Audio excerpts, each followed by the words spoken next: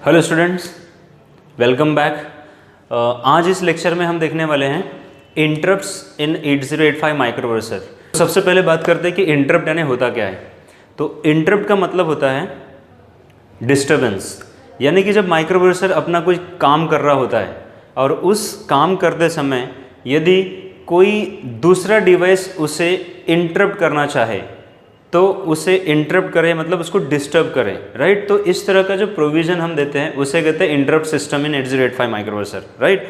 तो अब इंटरप्ट की ज़रूरत क्या है, अब सबको पता तो चल गया इंटरप्ट यानी क्या होता है, disturbance in current executing programs. यानी कि माइक्रोप्रोसेसर यदि कोई प्रोग्राम एग्जीक्यूट कर रहा होता है और उसमें यदि कोई डिवाइस इसको डिस्टर्ब करे तो उसे हम कहते हैं इंटरप्ट। और ये इंटरप्ट माइक्रोप्रोसेसर को दो तरह से दिलाया जा सकता है, हार्डवेयर इंटरप्ट और सॉफ्टवेयर इंटरप्ट। तो हम ये बात करेंगे कि इसको इंटरप्ट क्यों दिलाया जाएगा, मतलब क्यों चाहिए, राइट। यानी हम अच्छा खासा काम कर रहे हैं, उसमें कोई डिस्टर्ब कर रहे हैं तो हमें भी पसंद नहीं आता, राइट। लेकिन ऐसा होना चाहिए कि नहीं होना चाहिए, तो ऑफ कोर्स होना चाहिए। क्यों?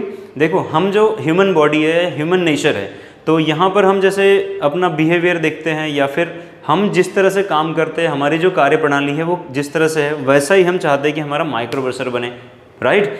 तो हम किसी भी डिस्टर्बेंस से डिस्टर्ब होते हैं या नहीं होते हैं। अब ये ऐसा सिस्टम कैसे क्या है, मतलब जैसे कि मैं यहाँ पर अगर वीडियो शूट कर रहा हूँ और फॉर एग्ज़ाम्पल बाहर कोई डिज़ास्टर मैनेजमेंट वालों ने अगर सपोज़ कोई सायरन बजा के रखा है, यानी लगा के रखा है कि अभी डिज़ास्टर आने वाला है या फिर भूकंप आने वाला है या कुछ और आने वाला है, कोई तो भी आपदा आने वाली है। तो अगर मैं यहाँ पर वीडियो शूट कर रहा हूँ और मैं चाह रहा हूँ कि मुझे वीडियो शूट करते समय कोई डिस्टर्ब नहीं करना चाहिए, और अगर मेरे ह्यूमन बॉडी में डिस्टर्बेंस नाम का या इंटरप्ट नाम की कोई चीज़ नहीं रहती, तो सोचो क्या होता कि यदि उधर सायरन बजता और मैं उससे डिस्टर्ब ही नहीं होता, यानी मुझे वो इंटरप्ट ही नहीं कर पाता, तो यहाँ पर ये बिल्डिंग गिर जाएगी और मैं मर जाऊँगा, राइट। तो इसी तरह से माइक्रोप्रोसेसर सिस्टम में भी होना चाहिए। यानी कि माइक्रोप्रोसेसर सिस्टम जब काम करता है तो अब बहुत सारे डिवाइसेस के साथ पैरेलल कनेक्टेड रहता है। तो कोई डिवाइस हाईएस्ट प्रायोरिटी पे रहती है, कोई डिवाइस लोवेस्ट प्रायोरिटी पे रहती है। तो यदि माइक्रोप्रोसेसर कोई लोवेस्ट प्रायोरिटी वाले डिवाइस को सर्विस दे रहा हो और उस बीच में हाईएस्ट प्रायोरिटी वालों को माइक्रोप्रोसेसर की ज़रूरत पड़ जाती है, तो उस समय में वो हाईएस्ट जो प्रायोरिटी वाले डिवाइस हैं उसने माइक्रोप्रोसेसर को क्या करना चाहिए, डिस्टर्ब करना चाहिए, इंटरप्ट करना चाहिए। और उसके बाद माइक्रोप्रोसेसर ने जो लोवेस्ट प्रायोरिटी वाले डिवाइस है उसका काम रोक के अभी करना चाहिए हाईएस्ट प्रायोरिटी वाले डिवाइस के साथ, या उसका काम करना चाहिए। तो इस तरह का सिस्टम अगर हमने बनाए तो हमारा जो कंप्यूटर सिस्टम या कोई भी सिस्टम जो बनने वाला है हमारा, तो वो क्या रहेगा, एक ह्यूमन बॉडी जैसे काम करेगा, राइट। तो फिर हम इंटरप्ट की बात कर रहे हैं 8085 माइक्रोप्रोसेसर की। तो फिर 8085 माइक्रोप्रोसेसर में कितने इंटरप्ट्स होते हैं, तो मैंने बताया दो तरह के होते हैं, हार्डवेयर इंटरप्ट और सॉफ्टवेयर इंटरप्ट। तो हम बात करेंगे हार्डवेयर इंटरप्ट की। और सॉफ्टवेयर इंटरप्ट मतलब क्या होता है, जो इंस्ट्रक्शन के थ्रू आप इंटरप्ट प्रोवाइड करते हो। तो इंस्ट्रक्शन के थ्रू प्रोवाइड करने वाला इंस्ट्रक्शन होता है INTN, यानी INTN बोले तो इंटरप्ट नंबर। वो जो नंबर रहेगा उसके आगे की बात करेंगे जब हम इंस्ट्रक्शन के बारे में पढ़ेंगे, ओके। तो अभी बात करते हैं हम हार्डवेयर इंटरप्ट्स की।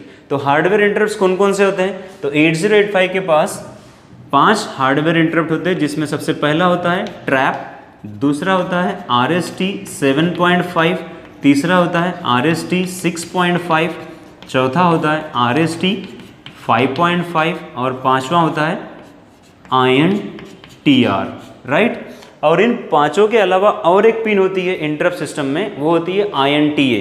तो वो इंटरप्ट नहीं कहलाता, वो क्या है, इंटरप्ट एक्नॉलेजमेंट है। तो मैं इधर साइड में लिख देता हूँ, ये क्या है, INTA यानी इंटरप्ट एक्नॉलेजमेंट। अब एक्नॉलेज क्या होता है, तो भाई उसको रिस्पॉन्स करना कि आपका इंटरप्ट मुझे मिल गया है ना। जैसे कि अगर सपोज इन पांचों में से किसी का एक का इंटरप्ट मुझे रिसीव हो गया, अब मैं उससे बताना चाहूँगा जिसने मुझे इंटरप्ट किया कि भाई साहब आपका इंटरप्ट मुझे रिसीव हो चुका है, ठीक है, मैं दे रहा हूँ आपको सर्विस, राइट। तो इस तरह के जो हम कम्युनिकेशन करते समय बोलते हैं कि भाई चलो ठीक है, रुक जाओ 2 मिनट, हम आपका भी काम कर रहे हैं, तो ये जो हमने बोला है वो है एक्नॉलेजमेंट, है ना। तो वो एक्नॉलेजमेंट सिग्नल होता है INTA, राइट। तो अब यहाँ पर ये जो 5 इंटरप्ट है इनको बोलते हैं हार्डवेयर इंटरप्ट्स, और ये पिन्स होती हैं, और इन पिन के ऊपर उन डिवाइसेस को लगाया जाता है जो डिवाइसेस माइक्रोप्रोसेसर को उसके करंट एग्जीक्यूशन में इंटरप्ट कर सके, राइट। तो इनमें ये पांचों के पांचों जब इंटरप्ट आ जाते हैं तो हमें उनकी प्रायोरिटी भी डिसाइड करनी पड़ती है। यानी कि पांचों के पांचों एक साथ अगर सपोज माइक्रोप्रोसेसर को इंटरप्ट कर दे तो किस किस को देगा, है ना। तो यहाँ पर भी प्रायोरिटी डिसाइड की जाती है। तो प्रायोरिटी के अनुसार क्या होता है, सबसे हाईएस्ट प्रायोरिटी वाला, तो ट्रैप जो होता है उसे कहते हैं हम NMI, मतलब non maskable interrupt. Non maskable यानी क्या होता है कि ऐसा इंटरप्ट जिसको हम अवॉइड नहीं कर सकते। मास्क करने का मतलब कवर करना या फिर छुपा देना, यानी कि इस पिन पे यदि कोई इंटरप्ट आता है तो उसको अगर माइक्रोप्रोसेसर चाहे तो छुपा देगा कि भाई इसको सर्विस नहीं देना है, राइट। तो उसको कहते हैं मास्केबल।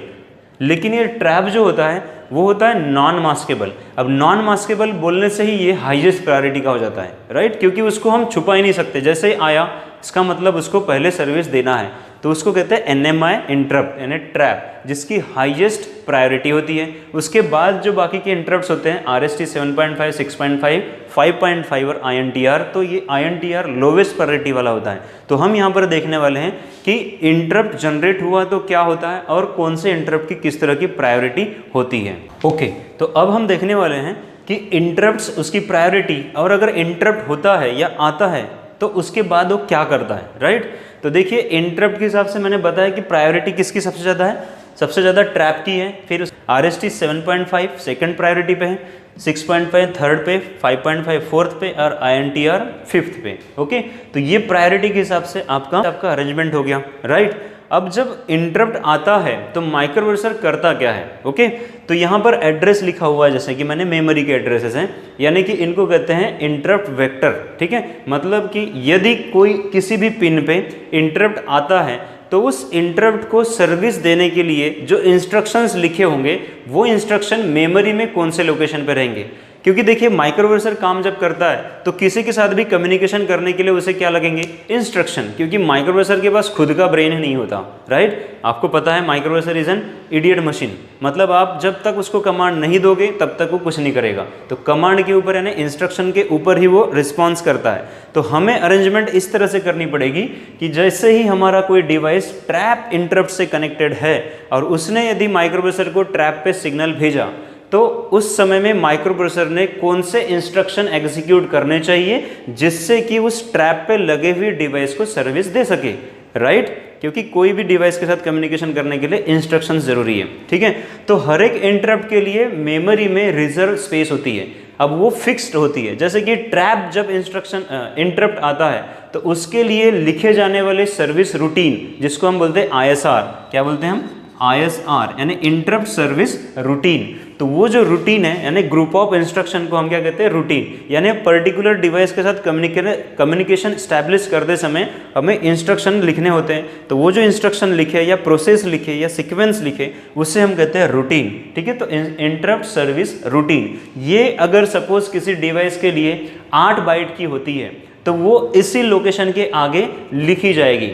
यदि वो रूटीन 8 बाइट से ज़्यादा की साइज़ की हो, 8 बाइट क्यों बोल रहा हूँ मैं, क्योंकि यहाँ पर जो वेक्टर टेबल में या फिर मेमोरी में जो एड्रेस दिए गए हैं उसमें केवल 8 बाइट ही रिजर्व रहती है एक इंटरप्ट के लिए। जैसे 24 एड्रेस किसके लिए, तो ट्रैप इंटरप्ट के लिए, यानी तो इस ट्रैप के लिए जो डिवाइस लगी हुई है उस डिवाइस को सर्विस प्रोवाइड करते समय जो इंस्ट्रक्शंस लिखे रहेंगे वो कहाँ पर रहेंगे, 0024 एड्रेस के ऊपर, उसके आगे से लिखे रहेंगे, राइट। अगर उसके कम्युनिकेशन करते समय जो इंस्ट्रक्शंस लिखे हैं हमने वो अगर 8 बाइट से ज़्यादा का होगा तो हमें कहाँ रखना पड़ेगा, मेमोरी के किसी दूसरे एड्रेस पे, और उस एड्रेस को हमें क्या करना पड़ेगा, 0024 के आगे में डाल के रख देना पड़ेगा। ये इसका एग्जाम्पल देखते हैं कि भाई मान के चलते हैं कोई ऑफिस में एक क्लर्क बैठा है और उसके पास कोई पर्सन आ जाता है, ठीक है। अगर उस पर्सन की फाइल छोटी सी होंगी तो वो टेबल पे रख देगा, है ना, तो वो टेबल पे से निकालेगा और उसका काम करके दे देगा। तो ये क्या हुआ, टेबल, मतलब यहाँ पर छोटी सी फाइल है 8 बाइट की, है ना, तो यहाँ पर लिख देगा जो भी 24 के आगे के लोकेशंस में, है ना। और अगर सपोज उस पर्सन का काम जो है वो उसका फाइल जो है बहुत बड़ा है तो टेबल पे तो रखेगा नहीं, तो क्या काम करेगा, वो अपने सेल्फ में रखेगा, है ना। एक अलमारी रहेगा, उस अलमारी का नंबर रहेगा, उस नंबर के कोई तो भी रैक नंबर में रखेगा, और वो क्या काम करेगा, अपने टेबल पे पड़े हुए एक नोटबुक में लिख के रखेगा कि ऐसा पर्सन आएगा, उसका जो फाइल है वो मैंने इस नंबर की अलमारी में इस नंबर के रैक में रखा है। और जब वो आदमी आता है उसके पास, क्लर्क के पास, तो क्या काम करेगा, वो देखेगा इसका नाम अपने टेबल में, यानी टेबल कौन सा हो गया, यहाँ पर, राइट। यहाँ पर देखेगा कि उसका एड्रेस कहाँ है, तो एड्रेस कहाँ है, तो जैसे कि अलमारी नंबर, उसके बाद उसके रैक नंबर है ना, उसके बाद वहाँ से फाइल उठाएगा। तो ठीक यहाँ से एड्रेस जाएगा कहाँ पर, मेमोरी के किसी दूसरे लोकेशन में, और वहाँ पर लिखे हुए इंस्ट्रक्शंस को एग्जीक्यूट करेगा उस पर्टिकुलर डिवाइस को सर्विस देने के लिए। आई होप इंटरप्ट का सिस्टम आपको समझा होगा। यदि आपको समझा हो तो प्लीज़ कमेंट ज़रूर कीजिए। यदि नहीं भी समझा होगा तो प्लीज़ मुझे बताइए। तो इतना सा कोऑपरेशन कीजिए। Thank you very much. मिलते हैं नेक्स्ट वीडियो में।